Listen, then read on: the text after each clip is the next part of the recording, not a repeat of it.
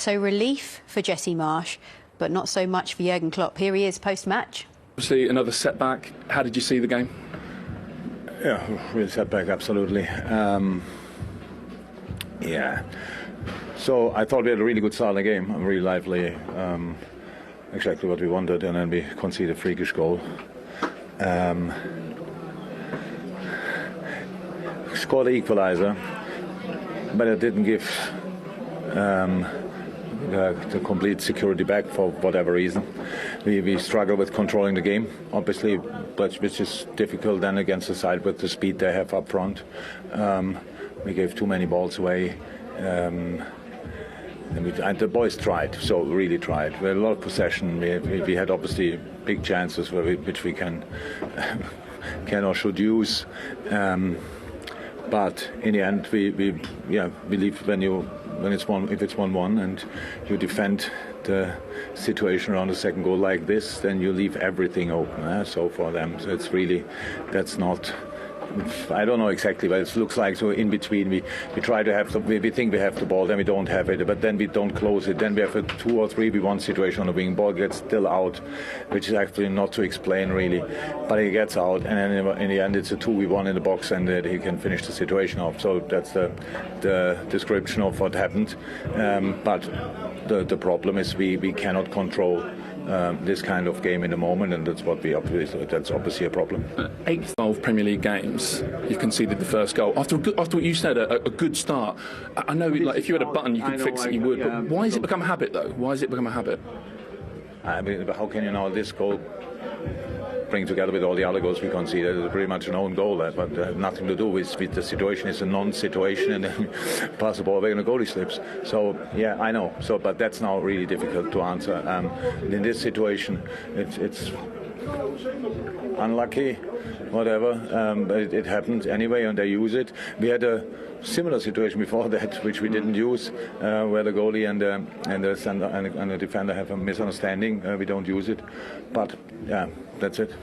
You said in your first answer, we can't control this kind of game at the moment. How do you change that? I mean, it's obviously not a quick fix. No, but not in general, but too often not. Let me say it like this. So, no, it's like we have some with the amount of games we have. Maybe some players are a little bit overplayed. Harvey, who played exceptional for us this season, had a good start in the game, but then couldn't keep going. And Thiago was ill last week, but not ill since 2-3 days anymore. So we think we bring fresh legs in. We think that makes sense. Up front, they play now all the time. That's the 3 strikers we have left. All these kind of things. But in the end, if you don't finish your situations off, they were there, and that changed the game obviously completely. In the moment when we are here 2-1 up, or even 1-0 up, would be helpful. But it's not given for us in the moment, and so we have to fight against it, and that's what we will obviously do. Whether it's down to form or fitness, is it a lot down to individuals at the moment? Like guys who've been massive players for the club, you know, like Fabinho and Trent come off today. Guys just not at their best. Well, the team performance is always an assumption of individual performances. It's always the same. It's never different. So how could it be different? I don't know. Yeah, I ask the question, and then it's of course because of that. So it's. Well, I suppose what I'm asking is it a unity thing, a team thing, or is it sort of not solvable on the training pitch because it's individuals? One leads to the other thing, so that's how it is. You can see that we have very good moments. I like a lot of parts of the game, but in all over, it's then not enough. Again, if you don't finish the situations off, then you leave it open. And again, we can watch this game completely, and you cannot defend like we defend around the second goal. It's just not possible, but we did. And I know that I'm not sure how that is to explain now, but it happened anyway. And that's why we lost. Otherwise, it would have been a point, which would have been deserved as well. Fine, and then we take a point and go from there. Now we have nothing, which feels completely different. So obviously, the big chances you're conceding is a season-long thing. Again, I know you want to fix it. It's not a quick fix, but how do you change that? With working, it's not that it's gone. It's not just me. It's more difficult for us to, in the moment, to bring our quality on the pitch, and that's what you have to go. That's what the situation has to go through. We accept that, and we fight against it. You said earlier in the season we might need to reinvent this.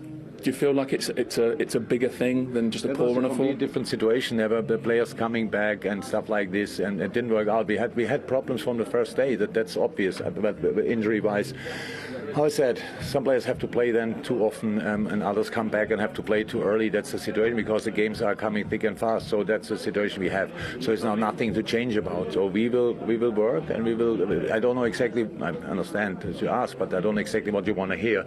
Let's say now we fix it tonight and tomorrow it's gone, or we will never fix it. It's for sure somewhere in between.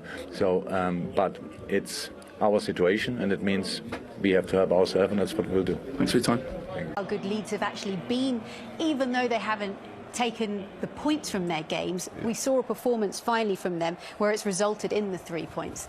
So they will walk away a very happy team. Absolutely, and the bar's been set. You know, we expect to see performances like that week in, week out, work ethic like that week in, week out, and hopefully great finishes like we've seen today week in, week out. From Liverpool's perspective, however, they've lost to Nottingham Forest and now they've lost to Leeds United, who have come out of the bottom three, but two teams that were in the relegation zone at the time.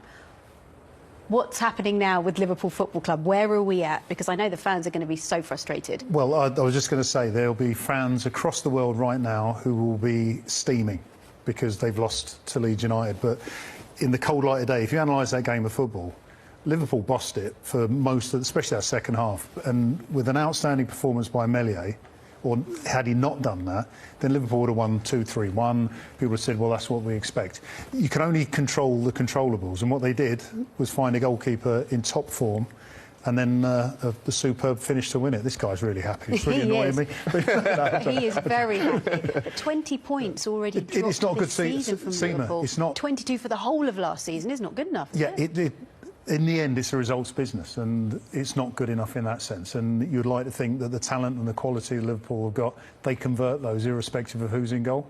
But I think even more frustrating when it's a last-minute winner, when Liverpool are pressing and pressing and pressing, and as I say, Meslier is just pulling off blocks and saves left, right and centre. Well, we are going to delve into this in more detail, and Jermaine, you'll have your moment to wax lyrical about Leeds United because they do deserve the credit. But let's just show you the story of the day in terms of the results, and it's been a rather busy day. Manchester City with a fantastic free kick from Kevin De Bruyne and all 3 points in Leicester. Bournemouth lost out to Tottenham, another slow start from Spurs. They managed to get a late win though in that one. Brentford and Wolves shared the points. Well, Graham Potter's return to Brighton, it was a painful one as Chelsea lost 4-1. Crystal Palace with a clean sheet and a 1-0 win over Southampton. Newcastle, what a season they're having, 4-0 and a clean sheet against Aston Villa. Goalless between Fulham and Everton. And as you can see, one of the stories of the day has to be Leeds United's win against Liverpool Football Club, and that takes them out of the relegation zone. More games to bring you on Sunday, but let's just have a look at how significant those results are for the Premier League table. Looking at the top, so Manchester City are at the summit, but let's not forget Arsenal are in action tomorrow. They have the game in hand. They have a chance to reclaim top spot. It's Tottenham and Newcastle completing the top four, with Chelsea and Manchester United 5th and 6th. Fulham, despite the goalless draw, well, they're up to 7th, 19 points from their 13 games. That's not a bad return, is it? Liverpool in 9th there. As for the bottom half, well, that relegation picture has just changed. So Nottingham Forest prop up the table, Wolves and Leicester complete the bottom three, and Leeds United up to 15th with 12 points from their opening 12 games. And that 3 points is hugely significant for Jesse Marsch and perhaps his future. But we're going to delve into all of that. I'll try not to keep you too long because it sounds like quite a party in your dressing room. Crescencio, just try to put into words for us the joy as the ball rolls past Alisson and into Liverpool's net. Yeah, I saw it. It went quick, you know. It's a huge moment for me and my family, you know. Scoring at Anfield is a big moment for me, you know. So, yeah.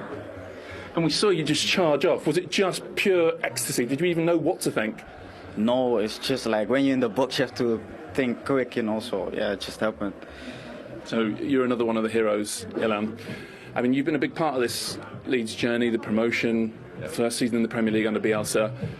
Does this match, or at least nearly match, anything?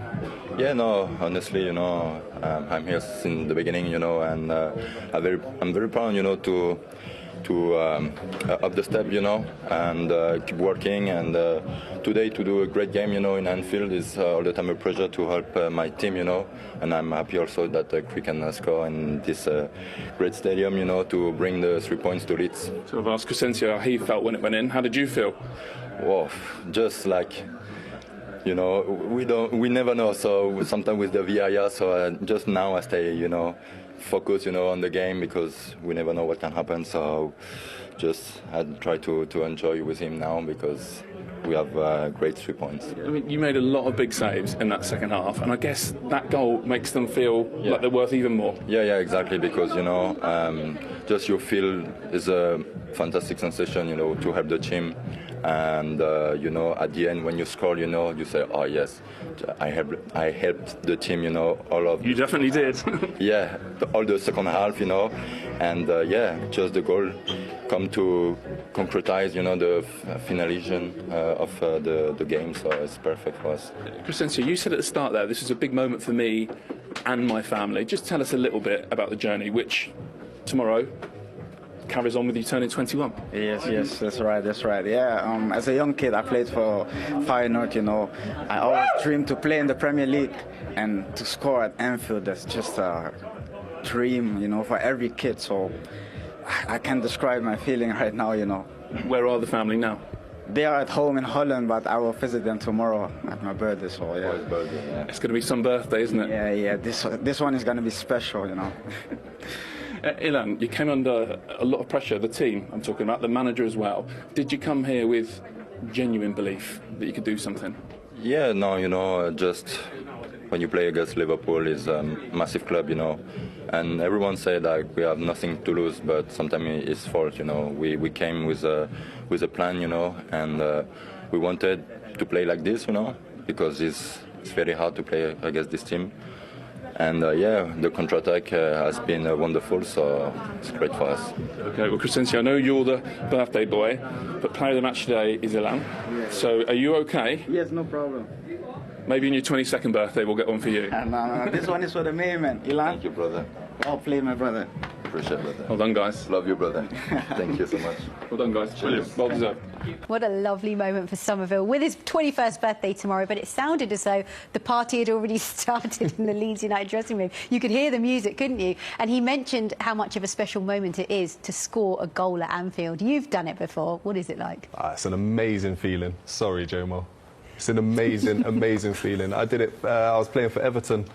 Oh, that must have been even more special. It was tasty, I'll be honest. The atmosphere was electric, and, you know, the feeling, the sensation you get over you as soon as you see the ball trickle into the back of the net, it's just magical. I know exactly what he's feeling. He'll never forget that moment. That's going to be one that sticks with him forever. And the day before his 21st birthday, that's magic. These are moments that I guess as players you never forget in your career. No, and rightly so, because it is a massive, in the context of everything. You've got your team in dire straits at the bottom of the table. You're playing the team that everyone expects you to get beat by easily, and you end up scoring a winner right at the death as well. So the party just continues from the goal straight out onto into the change room, as it looks like it has done. So, yeah. Enjoy it. Enjoy it. Well, now let's sit back and enjoy the goal, because I can tell you something. A certain Jermaine Beckford in the studio really enjoyed this moment. I don't know what you mean. I think Willie Nonto did amazingly well here. Lined it up, got it onto his left foot, put a lovely pass across, and it was a bit of a dodgy first touch from Patrick, but Somerville managed to get the ball under control really, really well. You can see him floating around just on the edge of the 18-yard box here. What he does really well, he anticipates where Patrick's going to mistime it or misjudge the ball, but he takes the shot on so quickly, so early. He leaves Alisson with literally no opportunity to get down in time to get anywhere near the ball. You know, it was a fantastic striker's finish. I would be proud of that myself. Could Alisson have done better there? No.